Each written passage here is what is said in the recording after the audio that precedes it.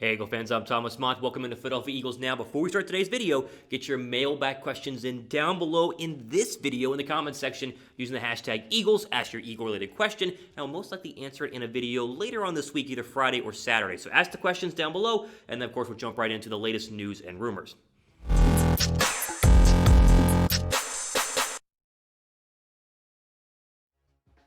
All right, so today on a Tuesday, there are a lot of juicy rumors to go ahead and get into, and they all stem on the fact that Philadelphia is a bad football team, they're a struggling football team, and there seems to be a lot of chaos happening at the top in terms of head coach and quarterback. We're going to break all down the different stuff we're hearing inside the organization right now in Philadelphia. Let's start with good news, though, right? It's Tuesday, getting through another week. We'll start with some good, positive Philadelphia Eagle news, and that is Zach Ertz could be, returning soon, which is fantastic news for Philadelphia. And to me, I almost forgot that Zach Ertz was, still available to come back from injury, even though I reported this a couple weeks ago saying 4 to 6 weeks. Well, guess what? It's been 4 to 6 weeks. It's been 4 weeks since we saw Zach Ertz. Of course, he had the high ankle sprain in week 6. He is eligible to return to practice this week, and the word is they're going to see how he fares, but don't expect him to be out there on Sunday against the Cleveland Browns. They won't rule him out. Of course, they've activated him to the 21-day practice window, but the odds of him playing on Sunday, to me, are probably a little bit less than what people would hope to hear, but I think 2 weeks from now, 2 Sundays from now, I would fully expect Zach Ertz to be out there for Philadelphia. I mean, this would just be a welcomed weapon. I mean, all the weapons are getting healthy right now, but Zach Ertz is the number one weapon in Philadelphia, and so adding him into the mix could, bolster this playoff run, which, even though the Eagles are terrible, is still very much alive. So, here's Mike Garofalo, on Twitter, tweeting about this yesterday. Quote, "The Eagles will see how he looks when he gets back at practice this week. Unclear at this point if he's got a shot to play Sunday. He'll have to show them he can move and protect himself on that high ankle sprain to get cleared." And that's my one concern here, is that it is a high ankle sprain, which it doesn't sound that bad, but it's one of the trickier injuries in the National Football League. It's like a hamstring injury. They're very lingering. They kind of nag you, and they can get re-injured very, very easily. And so, like Garofalo said, he has to prove to Philadelphia, and of course the trainer has proved to the head coach and the other coaching staff that he will be able to not only play at a high level, but also be able to protect his ankle for no further damage. And of course, Ertz, with all the contract issues and all the contract question marks,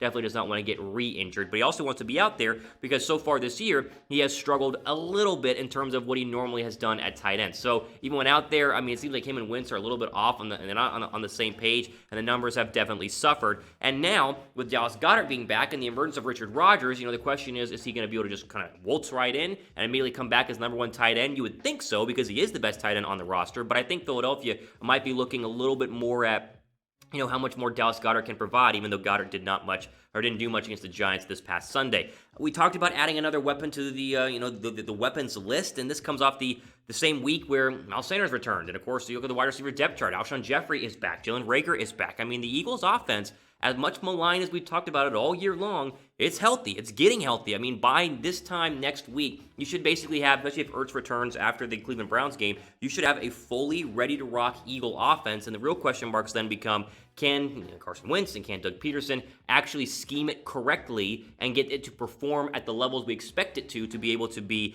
a top, 15 offense in the National Football League. Quick other injury news really quickly here. Craig James, the cornerback, has been placed on IR. His season is most likely done. They have promoted, I think, Michael Jackett to the active roster and signed Adrian Killings to be the new practice squad guy, the running back. So just a quick little injury news there on Craig James. Not a big deal in terms of the defense, but he's a special teamer who, has made some plays. So we had to go ahead and throw that out there. I want to ask this question, though. With all the weapons coming back, who is the most dangerous weapon the Eagles have right now? I've said for weeks it's Miles Sanders, but is it somebody else? Who is it? Let me know down below. Pin comment in the comment section.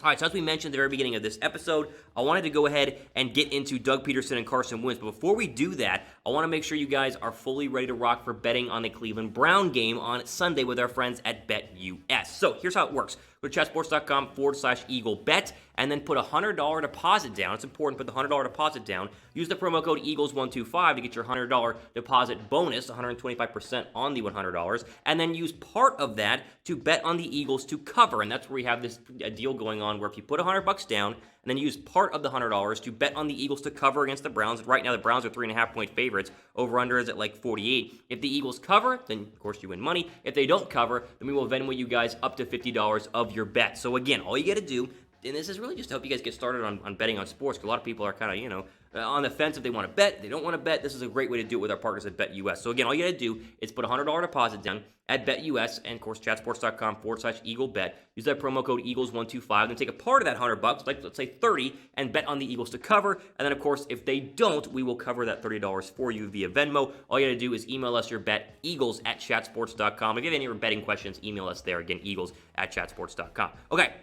This is where we really need to get into the meat of this episode. And of course, the real questions are swirling around not only the Eagles offense, but the two leaders of the Eagles offense, one being Doug Pederson and two being Carson Wentz. I mean, Doug Pederson is under the heaviest fire I've seen him as the head coach of the Philadelphia Eagles, and he's had some rough weeks. I mean, they've been successful under Doug Pederson. Obviously, they won a Super Bowl, but there have been plenty of weeks where people want to question Doug Pederson's play calling and question his leadership abilities. It's been none worse than this week. I mean, like, the ghosts are starting to come out of the closet. The skeletons are coming out of the closet right now for Philadelphia. And the NFL Network's Mike Silver had a great piece on this just the other day and really got into some juicy stuff here. So here's Mike Silver's first quote on Doug Pederson, quote, "There's a feeling that Pederson may be listening to too many voices. There are a lot of offensive assistants on that staff, and Pederson is amenable to their suggestions. The game plan doesn't fit together, so a lot of frustration swirling in the air and in that building." Doug Pederson was on 94.1 WIP, the Eagle flagship intercom station in Philadelphia, Monday morning at his normal 8 a.m. interview, and he said he's pissed off. I mean, I listened to the whole interview. He's pissed. I mean, he's not happy right now as the head coach of the Philadelphia Eagles. So the question is, what is he going to do about it? Because as you look at the Eagle offensive rankings, they're bad. I mean, they're like bottom of the league bad. 27th in total offense, 27th in passing, 24th in points per game. Their rushing numbers aren't bad. They're 10th. But overall, we all know this. It's a very bad offense. And again, in the past, you can make up excuses. And Doug talked about this on 94.1. You can make excuses. We're young. We're injured. The offensive line is playing bad. We don't have a running game. Guess what? That's basically all done. I mean, Cleveland is going to be the healthiest Philadelphia Eagle team, especially if like Isaac Seumalo and Zach Ertz play, he's had all year. And you've got to figure out a way to put up points and be able to score points. And that's Doug Pederson's job, because guess what? Doug Pederson is the head coach and also the offensive coordinator of Philadelphia. They don't have an offensive coordinator, and that's something they might look at this offseason. But right now, Doug has been put under an immense amount of pressure, and I think it's rightfully so that he's getting criticized, because a lot of the decisions that Philadelphia is making from a scheme standpoint, from a player personnel standpoint, and even from like a go for two when you could be down 3, 24-17, or 20, what was it, 20... Was it 21-17? Whatever it was in the Giants game where they went for 2 the second time, they didn't get it, and now you're down 4. Like, these are dumb mistakes, and I don't know who Doug is listening to, whether it's an analytic guy, whether it's a coaching guy, but I think he has to kind of reel things in, establish himself as the head coach again, and say, guys, we're going to do it my way, do it Doug's way, and ride or die if Doug wins or if Doug loses, because he was great early on, I mean, really good, and since then he has definitely struggled in terms of wins and losses. I know he won the NFC East last year, but they had a lot of struggles last year, and obviously in 2018, the injury bug was kind of a pretty, I think a legit excuse, and they did go to the divisional round, so you can't really knock him there, but the past 2 seasons have been disappointing to say the least, and Doug has got to figure things out. I don't think that we could get into this whole conversation of firing Doug Pederson. I think it's way too early, and you win a Super Bowl, you obviously earn the right. Mike Tomlin has struggled the past couple of years. He's had injury issues, he's had offensive issues, and yet they ride with Mike Tomlin because they know he's a great head coach, and guess what? The Steelers are 9-0 and undefeated. So I think that we can blame Doug Pederson a lot, but we can't go ahead and fully, end our affiliation and love with Doug Pederson, because the guy does have a banner and a statue outside Lincoln Financial Field. Let me just get this. Do you guys blame Doug Pederson for Philadelphia's struggles, especially the offensive struggles? If you do, type Y down below for yes, type N down below for no. Not to be outdone, because a lot of you guys might not think the blame goes to Doug Pederson. Maybe it's Carson Wentz, and that's where we kind of pivot our conversation here about the Eagle offense, because Mike Silver has more on Carson Wentz, and it feels like the Eagles might have, I don't know what the right word is for Carson Wentz, but it feels like they might have kind of butchered their chances of turning him into a superstar just based on what we're hearing. So here's what the NFL Network's Mike Silver said. And again, same conversation about the Doug Pederson one. This is really interesting. Quote, "There are some sloppy practice habits that Carson Wentz, has been allowed to perpetuate that have carried over. Not checking the ball down, or knowing when to give up on a play, forcing the ball to predetermined receivers, and maybe overestimating his once elite athleticism." These sound like things that Pederson is letting, maybe it's, Press Taylor, or was it Mike Rowe, or Frank Reich, whoever it was letting Carson Wentz get away with in practice. And he's talking about, in practice you're wearing the red jersey and you can't be touched, and so maybe they're letting Carson Wentz run around a little bit more in simulated practices where he can't be hit, and then he tries to do it in the NFL game and he gets hit, and it's like, oh wow, people can actually hit me. So who knows what it is. But this is interesting. He also continued to say, quote, they drafted Jalen Hurts in the 2nd round. That was clearly a signal that they are not necessarily standing pat at that position. So I think organizationally, they would like to continue to build this around Carson Wentz, but if this downward spiral this downward spirals, there's a sense that it could all be blown up. So we take the final phrase there, it could all be blown up. You add in Jalen Hurts, and what does that tell us? It tells us Carson Wentz, maybe his leash is a little bit shorter than people like myself have said in the past. Now, I will still stand behind the fact that Carson Wentz is a franchise quarterback. He's proven that in the past. He's going through a slump, and he needs to figure things out. But let's say they, I don't know, go 1-6 their final 7 games. However many games are 6 or 7? I think there's 6 games left. Let's just say that they have a losing record. They look terrible doing it, and they get to the end of the season. I wouldn't be surprised if they say, you know what, we're eliminated. Let's say they're eliminated from the NFC East, which is a big if because they're probably going to be in contention. But maybe they chuck, a Jalen Hurts in there. Who knows? The problem right now that Carson Wentz has is that his weapons are back. I mean, you could make the excuse when he was throwing to nobody's on the J.J. Arcega-Whitesides of the world on the outside, and then Richard Rodgers at tight end, and had no offensive line help. Well, guess what? Rager's back, Jeffrey's back, Goddard's back, Sanders back, Zach Ertz soon to be back. I mean, the excuses are starting to dwindle in Philadelphia, and the loss on Sunday is going to go a long way to hurt the Eagles' chances not only to win the division, but maybe to keep this core around Carson Wentz and keep Carson Wentz at the center of it. So it's a fascinating discussion, a fascinating story, and obviously there will be a lot of more question marks coming up. If they can't win against the Browns, I mean, it's going to get even uglier. So the Browns game becomes even more significant. Would you guys ever consider benching Carson Wentz? Like, where are you at with the Carson Wentz benching? Because I'm not there, obviously. But I see a lot of people calling for it on Twitter. Do you guys want to bench Carson Wentz for Jalen Hurts? Type Y or 1 for yes, type 2 down below for no. And of course, also, while you're down there, hit the red subscribe button, because if things get weird and firing a head coach or Carson Wentz gets benched or anything like that, we cover it here on Philadelphia Eagles Now, so make sure you guys are subbed.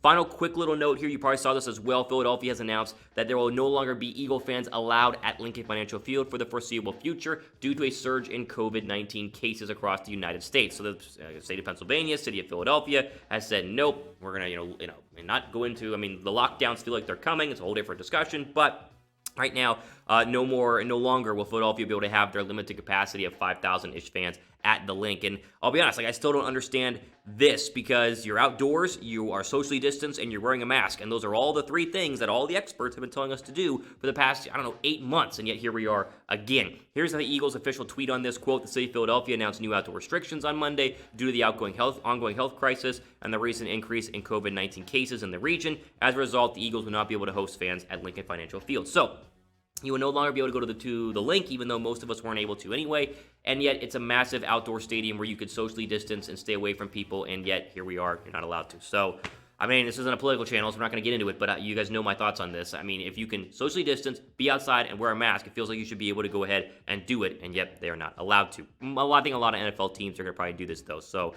the Eagles are ahead of the curve, Well, not a lot of remaining home games. Seattle 2 weeks, Monday Night Football, which whole different story. It's going to be brutal. They get New Orleans at home and then Washington to finish the year. Most of their games are on the road, and so, at Cleveland so far still has fans. Green Bay does not. Arizona did on Sunday. We'll see if they continue. And obviously Dallas is in Texas, so they will for sure have fans whenever they play at Jerry World on December 27th. There you go. I told you it was going to be a jam-packed Eagle news and rumor video. Just wanted to get into a lot of the stuff that's going on. Philadelphia's in a very weird spot because any other year they're garbage, and we're talking about draft picks right now. But because they're, first in the NFC East, then who knows? And they got to figure things out, get the offense going, and we'll see what happens. Obviously, Sunday against the Browns is a massive game, one of the bigger in Carson Wentz's career this year, which we talked about at length. Ultimately, out for today here on Philadelphia Eagles Now. I'm your host, Thomas Mott, signing off for the rest of your day.